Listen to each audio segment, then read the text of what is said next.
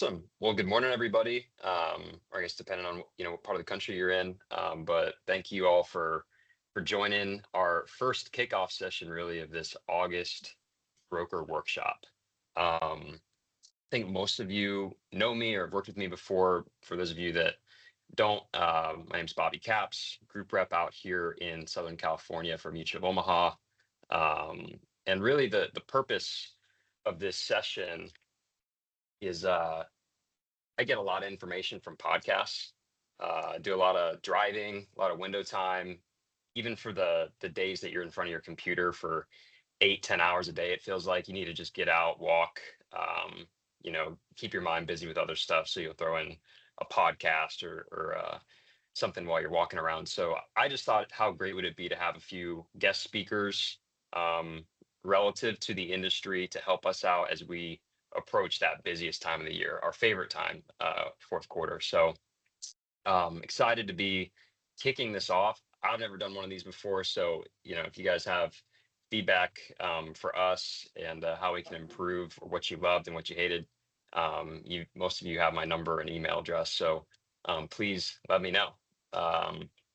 So our first guest, very excited to introduce Josh Winograd. Get that last name right? Cool. Perfect. Nailed it. Sweet. No, Josh, really excited for you to be here. I think what you and Sophie on your team have created at Self Bill Pro is an extremely beneficial tool for our brokers and their clients. And it kind of dives into the murky waters of self-billing that maybe some are unfamiliar with, but you've just had great success with your company, which didn't start not too long ago, and it's had tremendous growth. So thank you for joining us today and shedding some insight on how you can bring value this fourth quarter. Yeah, thank you. Thanks to everyone for taking the time. I really, really appreciate it. So, Josh, this is going to be more of just like an open forum. You're welcome to share your screen and any notes and illustrations you want, because we just have pretty much all of our brokers on the call, different roles in the broker world. But tell us how you got started in the business and how did Self Bill Pro come to be? Well, my parents tell me that when I was a kid, everybody else was saying that they wanted to be an astronaut or a doctor or a ball player. And I said, I want to be an employee benefits, right? Of course, no, I stumbled into it like most of us probably did. I began working at a venture capital firm probably close to 10 years ago and really wanted to get into something a little bit more entrepreneurial than what I was doing previously, which was mostly data analytics. And I got assigned as director of operations to a startup employee benefits billing firm. So at that company, I eventually began to manage it. We did invoice auditing and consolidated billing. So we spent a whole lot of time taking carrier-generated list bills, poking a whole bunch of holes in them and saying things like, well, according to ADP, Employee Navigator, Workday, whatever it may be, you terminated Josh 6 months ago, but he's still on your bill and you are still paying for him, right? Eventually, I became really enamored with the concept of the self-bill. There really just not that many industries that I can find that literally allow their employers to bill themselves, right? We do. So really, when you look at it in an industry where we've been talking about billing discrepancies for so long, self-billing is the answer, right? You can create your own invoice. And that was such a amazing concept to me, right? Really wanted to figure out how we could make that process better. So that's how we got started in self-billing here. Yes. And how did it kind of get ramped up? It started with, maybe just finding a few groups that were willing to do it, then word of mouth, and it's just grown into something spectacular today. Yeah, really. I mean, so, if you take that a little bit further, kind of looked at it and basically started to say, why audit an invoice if you can just create a good one from the very beginning, right? That's exactly what a self-bill is. But the problem with it is mostly that we're probably all guilty of making it sound a little bit easier than it actually is for employers to do, right? So employers find it difficult. Instead of auditing a carrier's invoice now basically you're carrier can audit your invoice, right? It's almost the same thing, just kind of flipped. So took a look at that and kind of said, well, if we can make the process of self-billing easier, better, faster, most importantly, more accurate for employers and brokers as well, we can really help everybody across the industry really take advantage.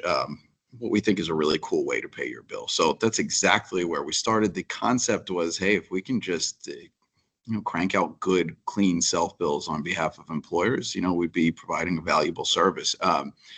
Turned out that carriers like self-bills too, right? And Love things self started bills. to work.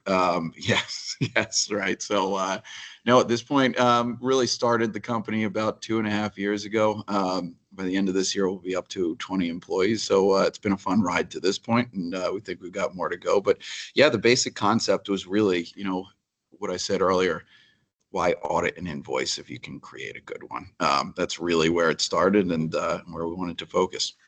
So I think, in this world of technology, we hear a lot about EDI feeds, API feeds, how it's supposed to make um, enrolling members and keeping track of members easier. And in a lot of cases, it does.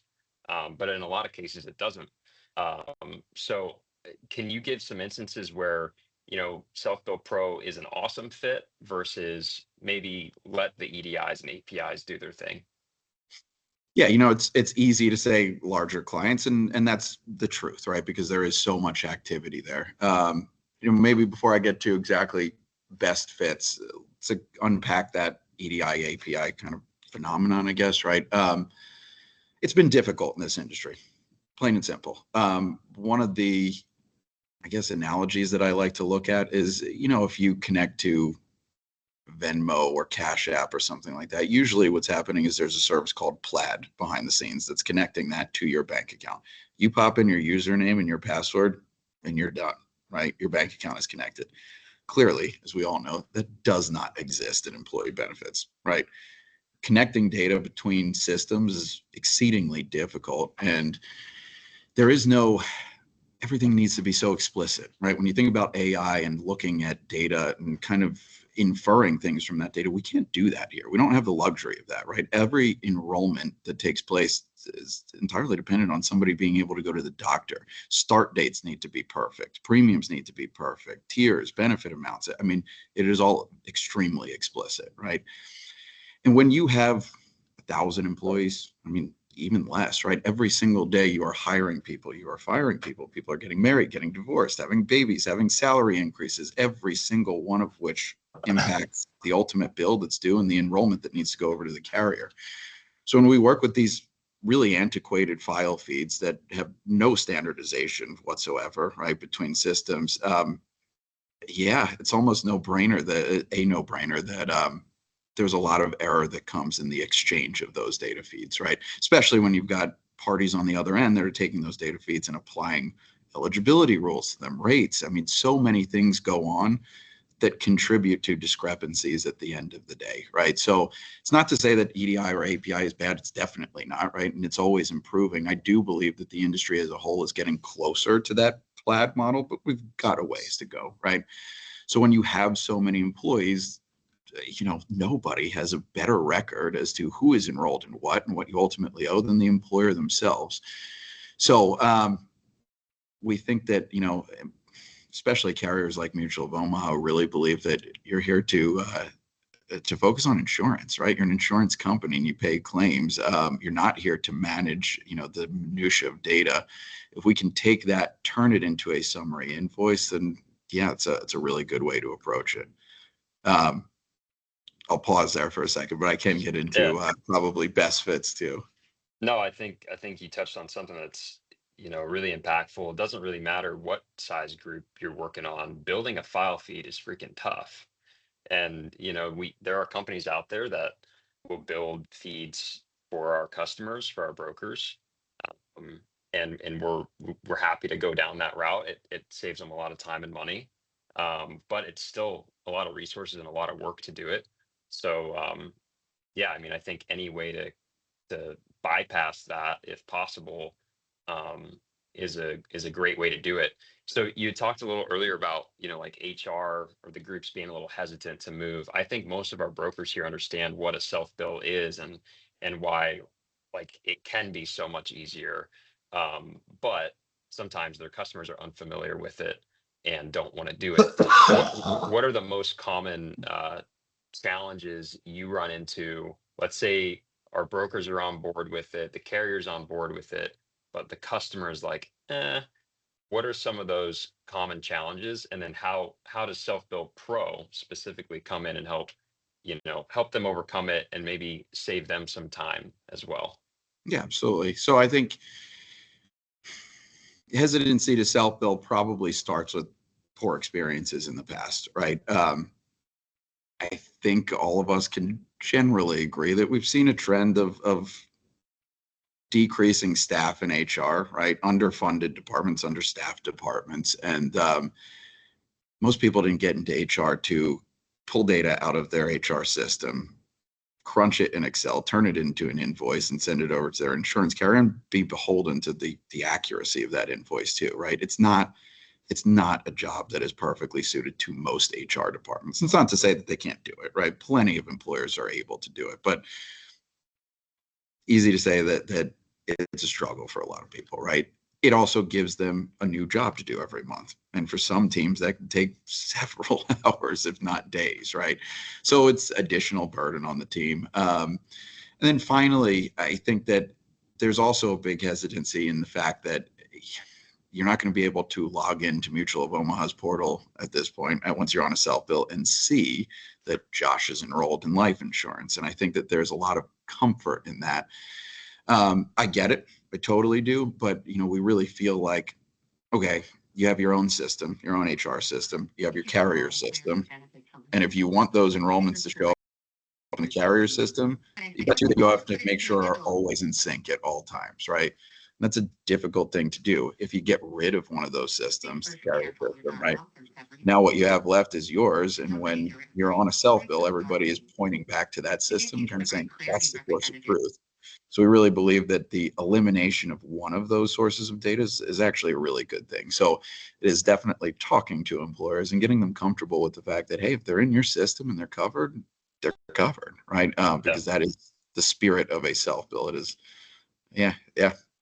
I would love to see you touched on, like, it's a new responsibility for HR who's already wearing a million hats. I would love to just hear it from our brokers. Maybe if you guys can put it in the chat, maybe not your personal experience, of course, right? But maybe a client that friend of a friend, what kind of challenges have they experienced, or what kind of errors has it led to? Because I have a few in mind, involving maybe some premiums or, EOI discrepancies, right? Can turn into something really big if HR doesn't understand how to build those self bills. So I'd love to hear from our brokers just in the chat, maybe throw in a couple situations, but maybe Josh, in the meantime, you can kind of talk to that. How does Self-Bill Pro specifically do some auditing and make sure that those, EOIs and premiums are accurate, and we don't have to worry about these, giant claims exceptions down the road if something happens to an employee? Yeah, absolutely. Let's talk a little bit about our processes as feedback and questions come in. I also want to stress before I really get into it, I think that this is really important, right? You don't need Self-Bill Pro to do a self-bill. Really don't. We can help. There's a lot of rigor, a lot of process that we put behind it. We're a fully managed service. It is entirely our job to create bills. So it's almost not even a self-bill anymore because the employer themselves, they do not need to create it. That said, we really, the point of this meeting, I want to make sure that maybe we remove some of those hesitancies or misconceptions about self-billing, because you don't need a company like Self-Bill Pro to be able to do it, but we would love to help, right? So let's talk about auditing and really what we do to, take that work off the client's plate. First, like I said, fully managed service, entirely our job to consume Ben admin data, turn it into an accurate invoice, and get it into the client's hands so that they can pay it. What we do in the process is when we start to receive Ben admin data, we build all of Mutual of Omaha's plan rates, rules, and settings into our own system. We then apply those rates, rules, and settings to every enrollment coming through from the client's end so that we can test those enrollments for premium accuracy. So what that's going to look like is we look at every enrollment that's coming through. Say we're looking at someone's critical illness enrollment, right? We're going to know that employee's date of birth. We'll know what age band to put them into. We know their benefit election. We know their start date. We know the rates associated with the plan. So we might look at that one critical illness enrollment. We might say, we think that this should cost $30 a month. But what if ADP says it costs $20? I promise you, if that is the case, one of us has to be wrong.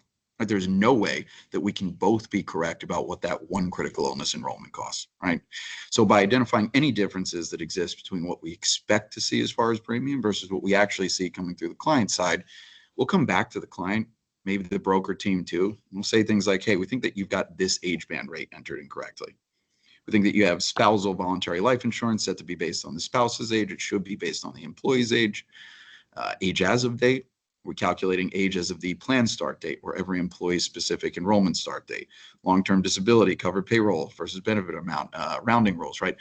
As everyone on this call knows, all of these seemingly minor settings in any Ben admin system have a really significant impact when it comes to calculating premium. So what we do is we ensure that the premium that the client sees in their Ben admin system is the same exact premium they see on the invoice.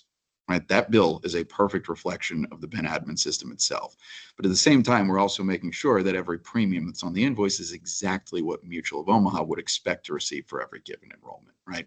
So by working with the client to make sure that those plans are fully built out correctly from a premium perspective, right, we're really ensuring that that rate ties out all the way through from end to end. Now, we don't audit what people are enrolled in, right? So we're relying on the employer and the Ben admin system to tell us that this person has $30,000 of life insurance versus another has $150,000, right? But once we receive that enrollment, we are guaranteeing that the rate that we put on the bill is correct. And if we find any discrepancies, we work directly with the employer on it. There's no such thing as a discrepancy report at Self Bill Pro. They'll never receive an automated email that says, here's 100 issues, please fix them, right? It's almost in a way selfish that we work so closely with the team on that. And personally, it's because we don't want to reach out every month with discrepancies, right? We want to address them at the root cause and make sure that plans are configured accurately and that billing is always correct. Yeah. No, I think that's so huge. Just making it easy for the employer and our brokers to not have to audit and go through, sometimes weekly and monthly discrepancies. It's very time consuming, and we've got enough on our plate. So just to summarize, everyone, like what Josh is talking about here, they're literally creating the self bill from the data on your enrollment system. They create the self bill, and through the partnership with Mutual of Omaha, it uploads to our employer access portal. You all are probably familiar with that, right? All the customer has to do is pay the bill. But I think what's really cool that really differentiates you, Josh, is you do provide an auditing tool. You have that enrollment data available if your companies or our customers want to go check, like, hey, what is Tori enrolled in? I just want to make sure for my own, pay stub belief and confirmation that he's got $20,000 of coverage. Can you maybe, I don't know if you're able to share your screen, but like Yeah, show us what a couple of those reports might look like, um, just to give absolutely. everyone an idea. Give me 1 second here. All right. Bobby, can you see my screen? Yeah, we got it. All right, cool. So one of the things that we love to say, guys, right? We create a self bill that looks like a list bill.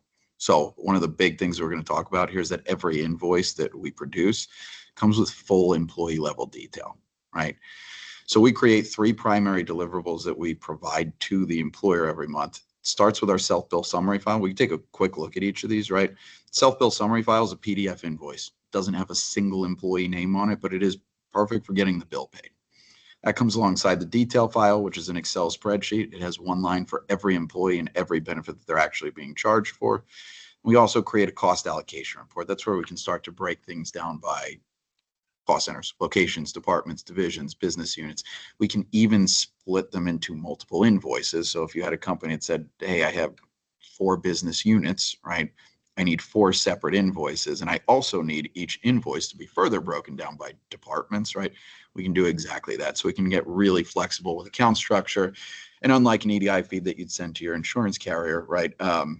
You don't need to put all of the different loops and codes and mapping and bill groups in that you would need for every single location. So we make that process of cost allocation a lot easier there. Awesome.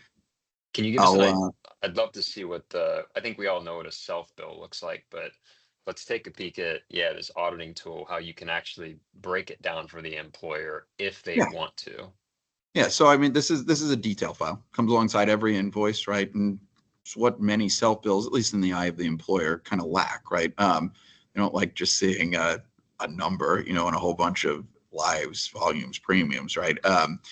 So we provide them with all the backup behind that invoice, right? We include things like social security number, employee ID. We begin to break it down here by location and department, but I'll show you the cost allocation report in a second. Patrick here is being billed for short-term disability, life, AD&D, and long-term disability. We show things like coverage tier, if it's applicable, benefit amount. We'll show age band, start and end date, employee and employer premium splits, right? So because we have that data, we can put both of them on here on the bill. Adjustments, we didn't even talk about the fact that we always include adjustments, right? So whether it's an addition, termination, change, whether it goes back 1 month or 6 months, right? We always include those adjustments on every bill. So really, when I say it's self-bill, it looks like a list bill. It really does mimic a list bill at the end of the day, but it's got the benefits of a self-bill behind the scenes. Yeah. I mean, to me, we've always kind of recommended self-billing for our larger clients, the ones that, you know, could have more discrepancies and it's probably just easier to bill yourself. But I mean, having this list bill feel to it, but making it as easy as going to the Moo portal and clicking a button to pay now because it's a self-bill generated. I mean, this makes it, to me, you know, viable for groups that are 7,500 plus employees instead of setting the threshold really at 2 or 300. Yeah. Um, I'd love to. So hopefully everyone's got a good idea by now of like what Self Bill Pro is, how they're working with, Mutual of Omaha, what kind of tools that they're giving your customers. Josh, do you have any, recent wins with, maybe a broker team? I'm sure you do, right? Share one with us. Maybe how you helped them get in the door, help them solve a problem with their customer, because I think we're going into fourth quarter. Now is the time when everyone's got the hairs on fire, right? And Yeah. or maybe it's a super high medical increase and we need something else to talk about to calm the customers down. So we'd love to hear a couple wins. I guess I can kind of merge that into, okay, what clients do we work best with, right? But let's say it's often that we come in contact with groups because of file feed issues, right? Or billing discrepancies, which are basically one and the same. They come to us and say, hey, it takes a really long time to audit. We're not confident in the bill that we're receiving. We think that there's errors, significant errors, but we don't have the time to find them or negotiate them, right? What we do is we come into the mix and we take all of that work off of their plate, right? We totally encourage employers to audit our bills, and we give them a spreadsheet that makes it much easier to do that, right?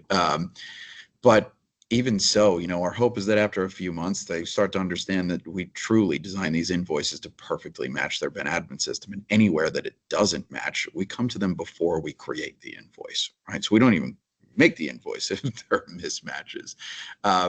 In doing so, let's start with time savings. Yeah, we've saved a lot of time off of certain HR teams' plates, right?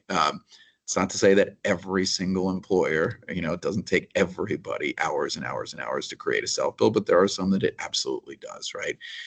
So I'll kind of start with time savings there. After that, we talk a lot about accuracy. Fortunately, we've caught all of the LTD errors before we build them, right? But I have seen throughout my career so many instances. I mean, hundreds of thousands of dollars in long-term disability miscalculation, and it's always underpaid too. It's never overpaid, right? Because if the carrier wants covered payroll, it's up here. They're paying on benefit amount. It's 40% less, and that's really significant on LTD policies, as everybody here knows, right? So we looked at a 6,000 life group recently that they had it based on benefit amount, right? You go 6, 7, 8 months into that, and you're probably talking about $100,000, in just that time period, right? On a group of that size. I've seen groups where it's gone years, right? So every single client we audit, not just LTD, right? But a lot of different rates and everything else to make sure that they're actually going to pay accurately, because I've seen underpayments, I've seen overpayments. Neither of them are fun, right? Because any insurance carrier is going to come back and say, hey, yeah, we want that premium back paid, right? Or we'll have to refund it. So it's always a project. It always takes longer than you'd like it to. And we like to find that at the source and make sure that it never happens. Yeah, I think you're talking about something big, which is more of a proactive approach. I think that's a consultant approach, making sure, hey, let's make sure this doesn't happen, because it happens more frequently than we'd like. We've definitely, me personally, have had to put out a few of those fires where it's hundreds of thousands of dollars shortchanged, and that is just one of the risks that comes with self-billing. But that's why, again, guys, like that's why Exactly right. Self-Bill Pro is so awesome. We eliminate that component. I had one, and we've got a few members in our audience that were part of this case, so I won't mention super specifics, but it was with a Ben admin vendor that I think we had EDI discrepancies for probably 2 years, 2.5 years. It's like right when we'd fix it, something else would happen. And, part of it, I'm not going to lie, maybe part of it was part of mutual, but I think a lot of it's also some vendors are just not willing to change their philosophies and bend for their carriers. And that was kind of the situation here. And we brought you guys in. We just started it, I think, June or July on this specific client.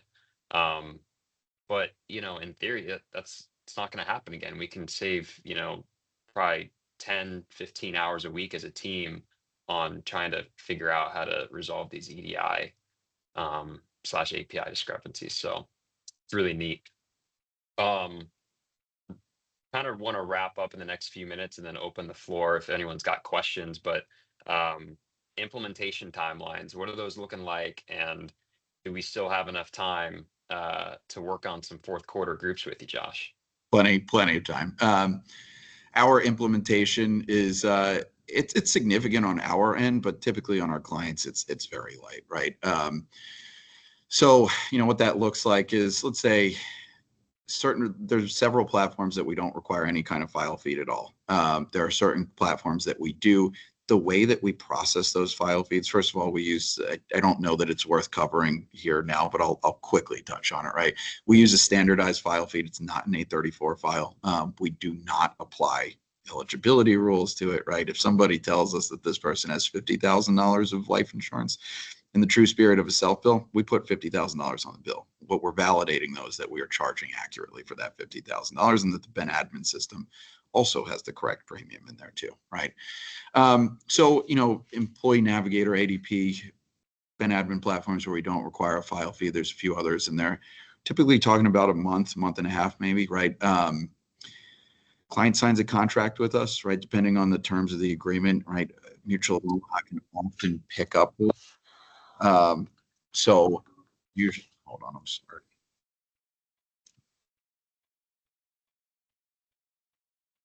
It'll stop ringing. Can you guys hear my computer No, ring? No. no, All it's right. good. Well, I have somebody's calling me on my computer and I don't know how to shut it off, but it is gone now.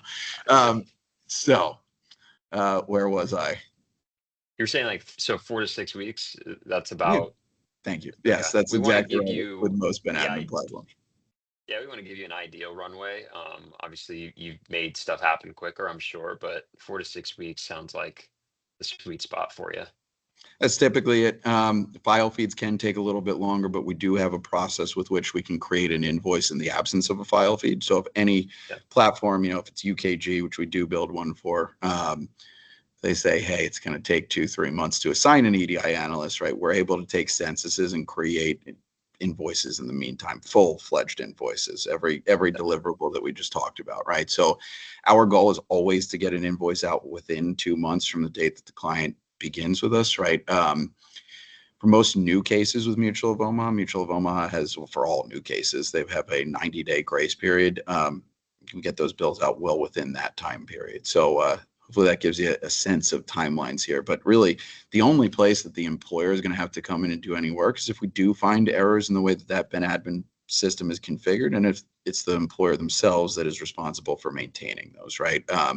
Otherwise, entirely on us to make that connection, build the invoice, test it. And we have a kickoff call with the client to review the invoice, talk about payment processes, and now we move forward with it. Right on. And part of that implementation, I think, it's a good piece to touch on because, this is a newer type of service. Are you willing to do demos for groups that are interested? Absolutely. Willing to do demos with broker teams first, group second, Yep. right? It makes sense that you guys want to get a good look at it. So happy to do demos and yeah. Awesome. Awesome. Well, thank you, Josh. And for those of you that are still wondering, well, like, how is Mutual of Omaha tied into this? So there's two things. One, we've worked really hard and invested a lot of resources to make sure that we are the easiest carrier to do business with. So part of that is working with Josh's team to be compatible with their system. So we're not the only carrier, but not every carrier is, right? And we've put a lot of investment towards that so that their software can upload their bill in our format to the portal. So literally all your customer has to do is go in and click pay now.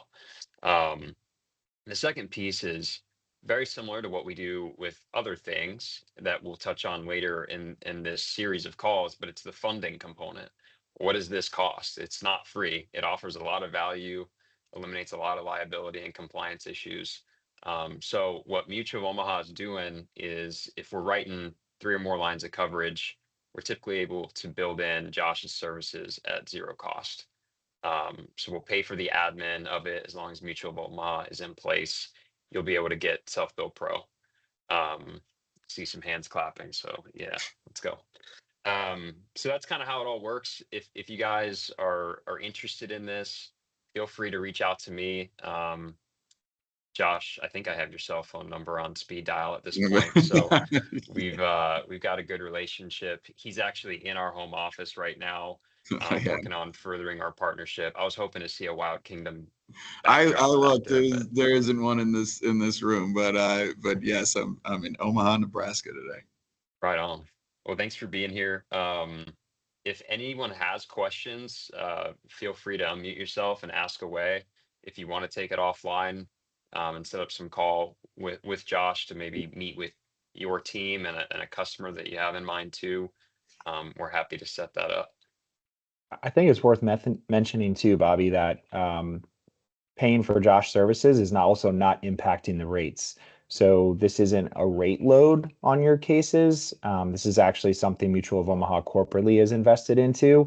So really important that you understand that like you don't have to always necessarily be on the full front end before the rates are quoted with your Mutual of Omaha reps to be able to have Self Bill Pro come in and support your client.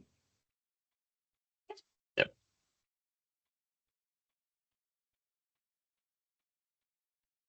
Any questions for Josh? Yeah, I mean, Bobby, I know there's a little more time left in the meeting. I know it's always nice to give people time back in the day, but I'm happy to answer any questions. Happy to even talk about how you could do self bills on your own easier. Whatever. If you guys have anything for me, happy to go through it.